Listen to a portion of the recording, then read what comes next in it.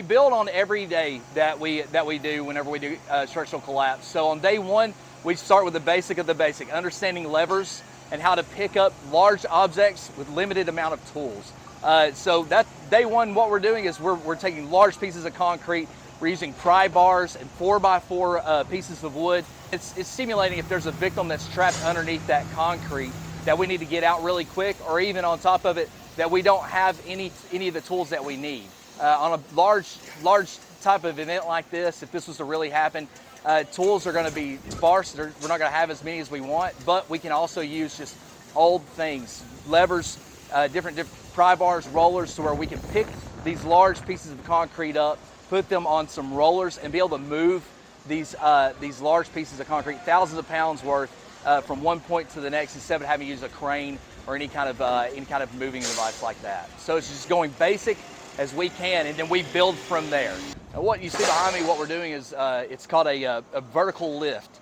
So what it's simulating is that there's a victim that is underneath the pile of concrete that we're needing to get access to, and so with them being right underneath the concrete, we don't want to do anything to further harm them, create any more dust or anything like that. So what you see behind us is they're going to use saws, concrete saws that use water to be able to cut down onto this and everything, and to keep the blade cool.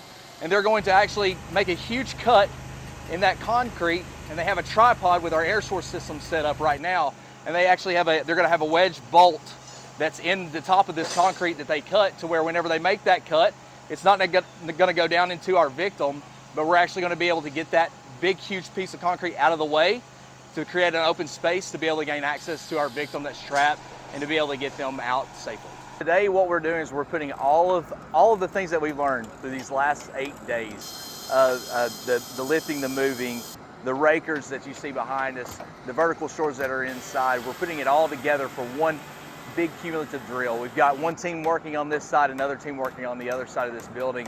And what they're having to do is just mainly go ahead and build their rakers to keep everything safe from the outside, breach through a wall to go through, and they start building their vertical shores and ending with what we call a lace post box, which is actually a really strong shore for us to have in case anything was to happen. It's actually a shelter for us as well. But what we're doing is we're just taking all the skills that we've learned, we're putting it together. That way all of our students are able to understand that they do have the knowledge, the wisdom, and the confidence to go out and serve the public the way they need to. We took an oath. The oath was to protect and to serve our city. And that city, we might even be going out into the further regions. We have Hamilton County, we have Cleveland Fire Department a part of this as well. Our job is to be able to help people. It's that simple. And whenever we know that people are calling us on their worst days, if we can help them and make that day a little bit better, to be able to save that family, put that family back together, then that's what this is all for.